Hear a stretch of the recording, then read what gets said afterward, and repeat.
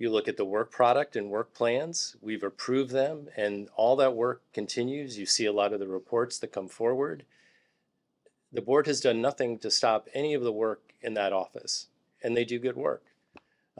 We are compliant. We've given that the IG's office their own office space, their own attorney. We've doubled their budget.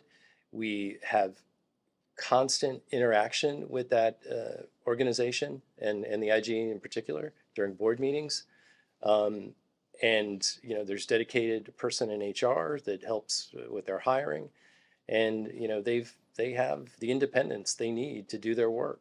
Does it comply with the law? Do they have complete freedom to hire whoever they seem fit that doesn't have to go through any board, Metro Board, or Metro Administration? Well, there's not one employee in America, whether it be public or private, that doesn't have to go through some sort of process. And being a public entity, there are Title VII implications and other things that we have to follow. And that's part of what it is. I mean, at the end of the day, even though they're an independent office, they are WMATA employees. So they have to go through that process. Is Metro complying with that law? Well, of course, yes.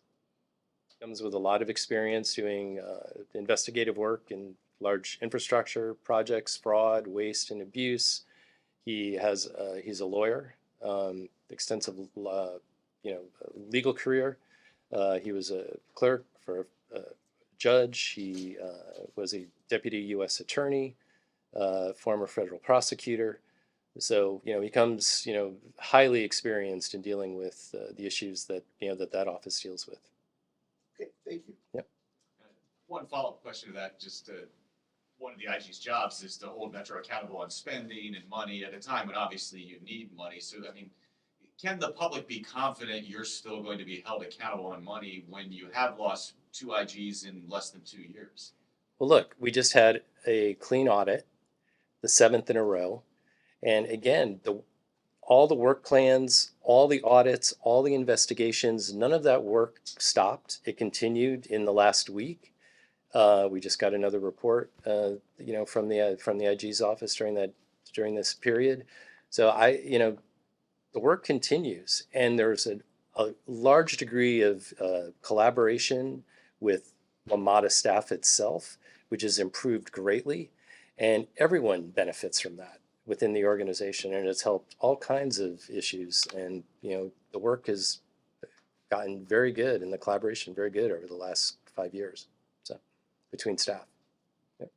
And Randy, I wondered if you could just add some details to something you were talking about, because I heard the focus on bus fare evasion, where much has been focused on rail. As far as what you were talking about, Silver Spring, I think Minnesota Avenue, places like that, has that already begun? And what does that look like? Does an officer watch people board the bus?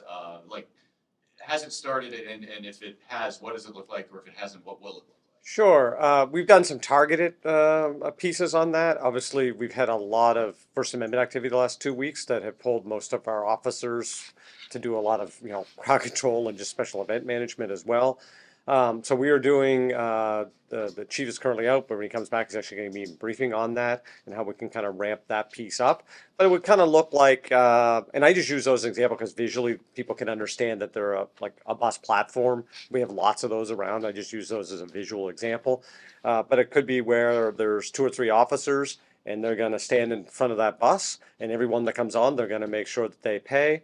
Then they're going to go to the next bus, and that bus leaves. They're going to go to the next bus, the next bus, the next bus, and do that for an hour, 2 hours. They do it for 4 hours.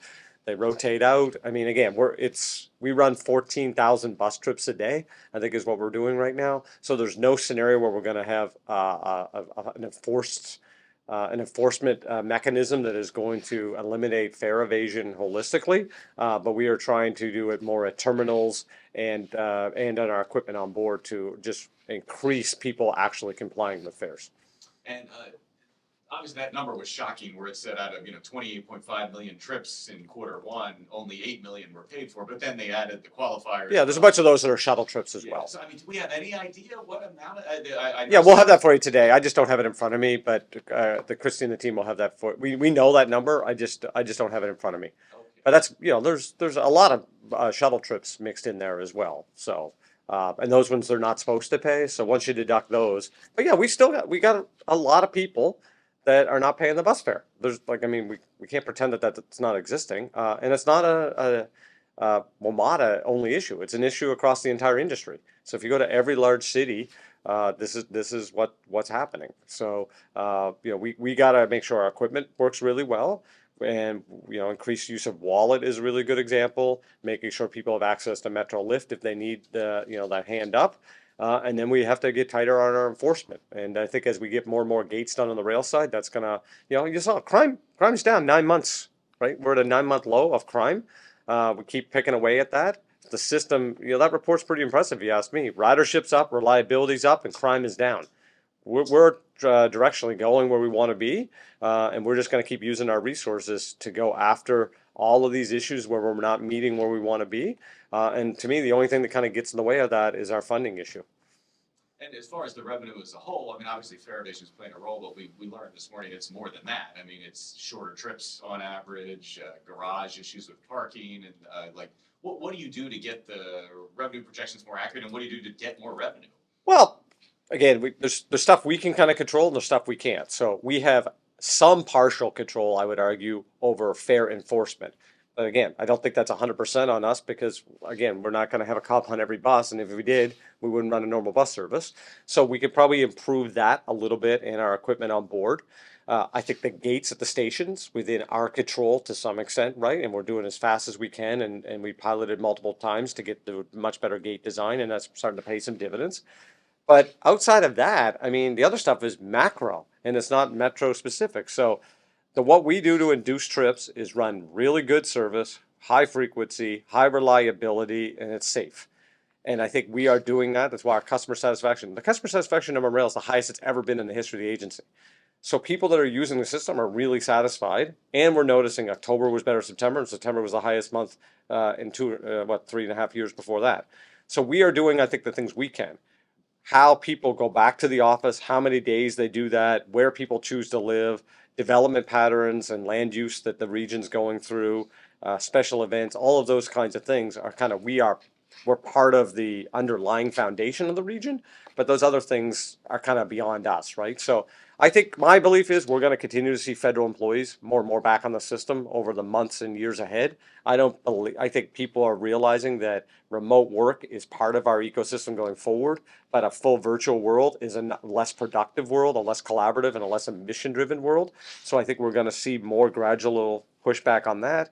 I think we're going to continue to see our land development around this region become more added density, more transit-oriented in nature, whether that's Arlington and Missing Middle to abatement in Montgomery County and those kind of projects. Our Silver Line Phase 2 is going to continue to grow. The airport's doing really well. Ashburn is doing well. So, I mean, I think I still very much believe that the future is bright here, but all that will come to an end if we don't resolve our funding challenges. On the back of that, Randy, Paul, but is there a question though? You have obviously made changed the fare structure that has greatly increased ridership, 22%, I believe.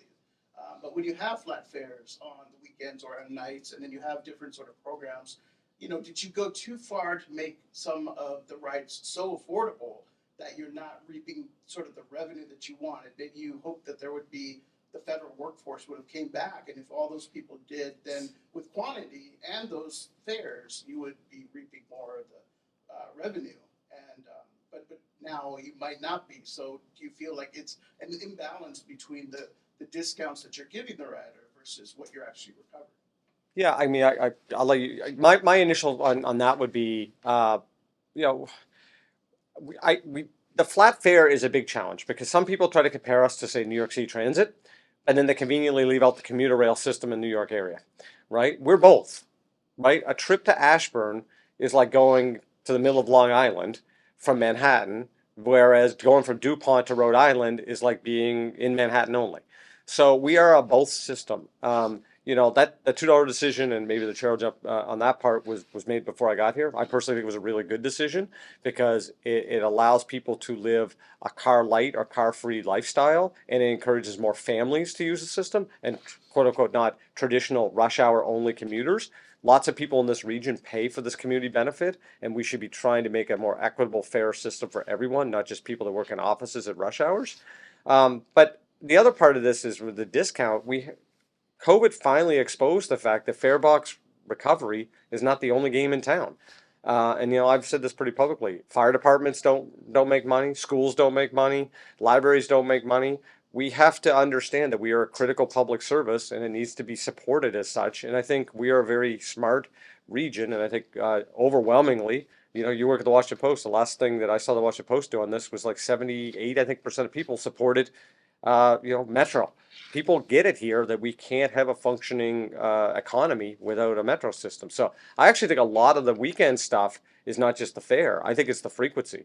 We've changed to a frequent model. When I lived in DC before, weekend service wasn't all that great.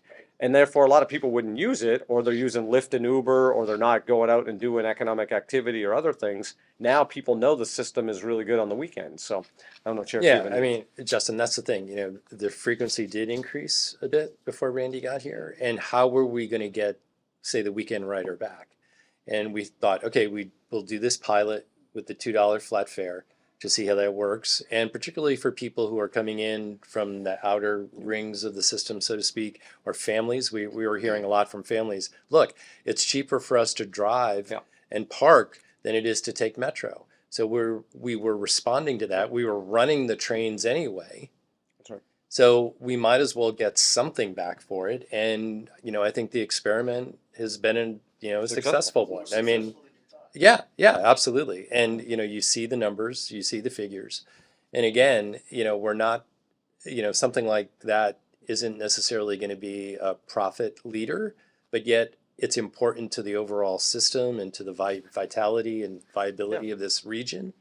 And, I think it was very, very successful, and it got a lot of people back into it, and extending the hours, giving the people the option of, hey, I'm going to go out, I'm going to go to, U Street, and, I want to come back at, 1 o'clock, is Metro going to be there for me? Or, when do I know the last train's going to be? So there was a lot of that. And now people are making that choice to say, okay, I can take Metro. And by some chance I'm out later. Okay, I've always have that other option, but now at least they're considering Metro. And again, the numbers, you look at it, it's been successful. And I think like museums are a big part of what this living around this area. The zoo, busy on weekends. Dulles Airport, National Airport, very busy on weekends. Special events. We're a pretty big special event town, right?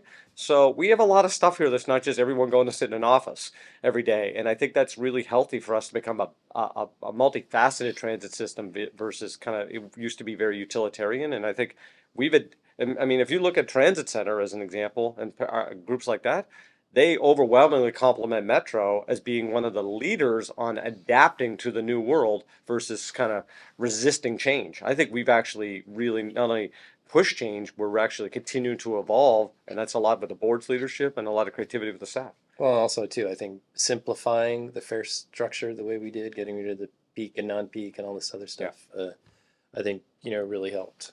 Yeah. Yep.